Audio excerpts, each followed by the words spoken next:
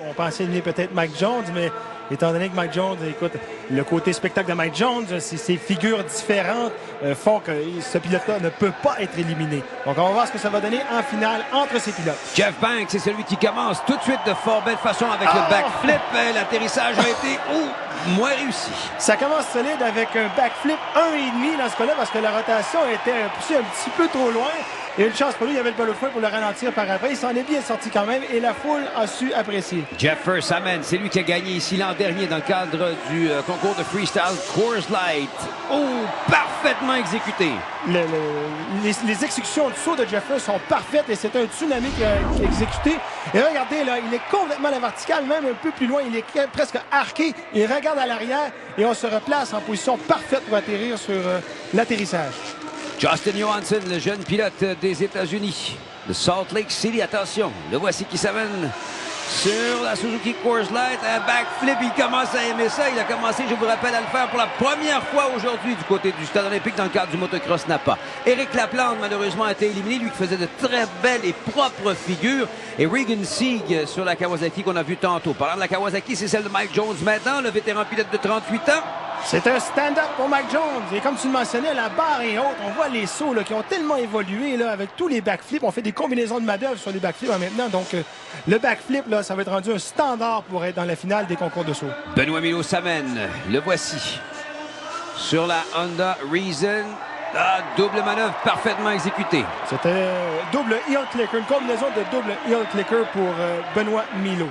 Il a le record européen de step-up. Ça, c'est quand on saute un peu à la façon de ceux qui font le saut à la perche par-dessus, justement, une barre qui est à l'horizontale. C'est incroyable la hauteur qu'on peut atteindre. On parle de près de 12 mètres, alors que ça mène Jeff Banks, encore une fois. Ça, c'est un double can-can pour le pilote sur les Yamaha effectué sur chacun des côtés. Il avait manqué depuis la finale l'année dernière. Et attention, c'est Jeffer qui l'avait remporté. Lui, là, ça frôle la perfection.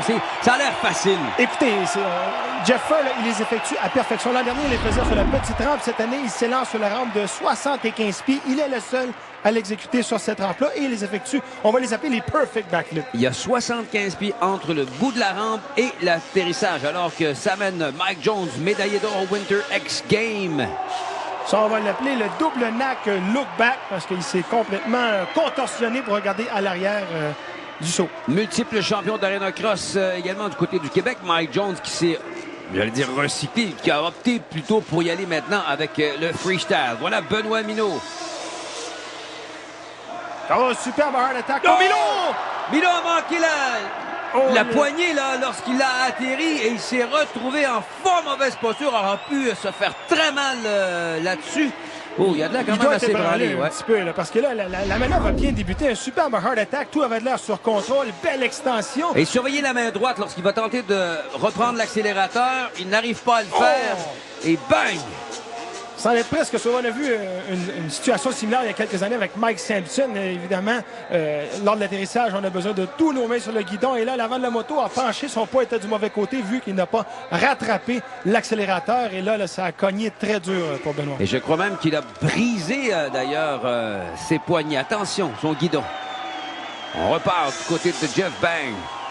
Oh, sur la petite rampe. La petite rampe, c'est quand même 50 pieds. Un no-footer backflip très bien exécuté. Encore une fois, on ajoute des manœuvres au backflip. C'est un ex-pilote d'Arena Cross, lui aussi. Il en fait encore, d'ailleurs, de temps en temps. Pendant que ça mène Jeffer, le spécialiste du backflip, et également des manœuvres parfaitement exécutées. Parfait. La moto était en angle pour l'atterrissage pour son rock solid. Il a attendu au bon moment et puis il a tout lâché la moto.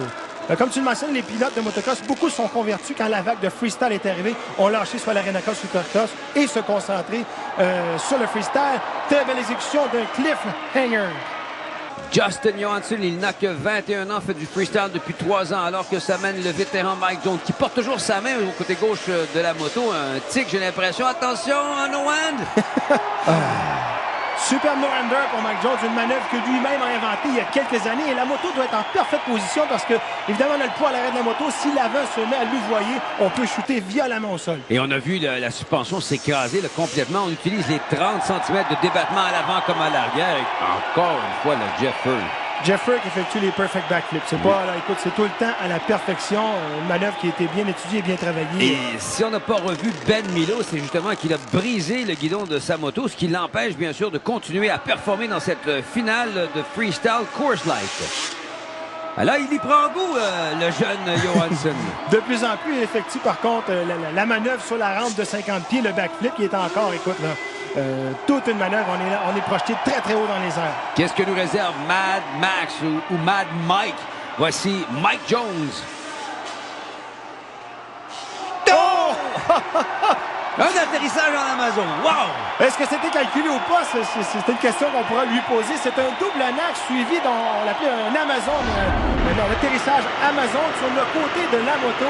Regardez, on place le pied. On ne peut pas rater de reposer le pied sur le repose-pied parce que là, la chute là, serait vraiment inévitable. Oh, inévitable, aussi. C'est certain. Alors, en tout cas, Jeff Banks continue avec ses backflips. Oh, l'atterrissage a été un peu plus précaire cette fois-ci. Ça a cogné dur dans les suspensions.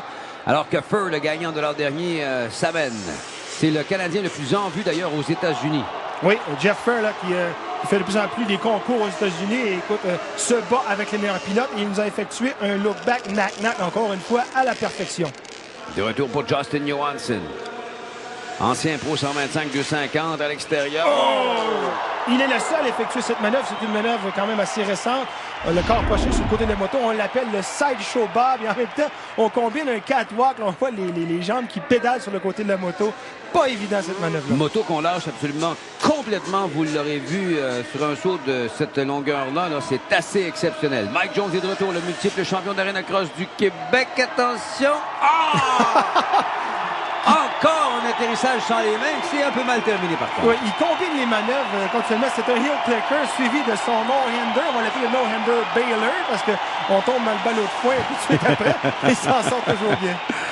Oh, que ça va être dur. Et ce sont les gens du public qui vont voter avec l'applaudimètre dans quelques minutes seulement. Alors que Jeff Banks, il va de sa dernière manœuvre, le pilote de la Colombie-Britannique sur la Yamaha Dimension X. Double can-can, soit double can-can parce qu'on effectue de la gauche et la droite, chaque côté de la moto. Jeffer, il va encore de son backflip parfaitement exécuté sur la Honda Moto du Charme, un autre pilote de la Colombie-Britannique avec un beau stoppie. Alors qu'on bloque la roue avant et on soulève la roue arrière.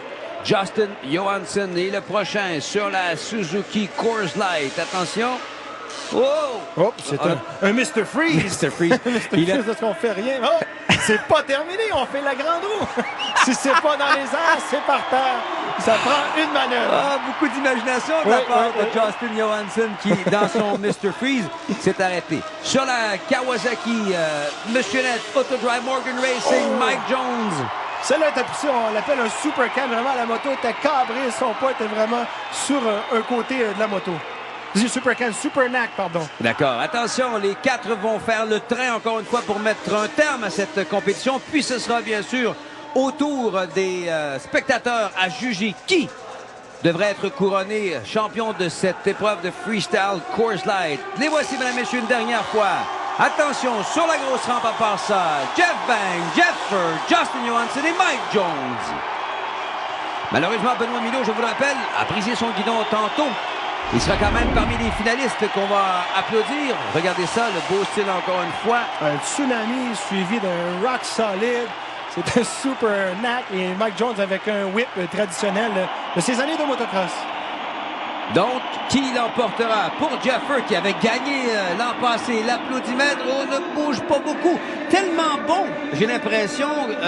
Ça a l'air trop tellement facile. Exactement. Ouais, c'est presque décevant, mais Monsieur Spectacle, lui, toujours la foule. Écoute, c'est un peu inhabituel. Habituellement, on a un système de juges aux États-Unis. Au stade, c'est ce qui rend l'événement un peu différent. C'est pas seulement que la technique sur les sauts, mais le côté spectacle. Regardez, les spectateurs apprécient beaucoup Mike Jones. Et attention du côté de Benoît Milo. Regardez le guidon, on voit la raison. Pour laquelle on ne l'a pas vu trop longtemps, malheureusement. Mais je pense qu'il y a un coup de cœur pour Benoît Milo qu'on n'avait pas vu l'année dernière. Alors, on confirme du côté de Mike Jones. C'est lui qui va remporter la victoire. Il va le faire devant Ben Milo. Alors que Jeffer terminera, lui, en 3e position.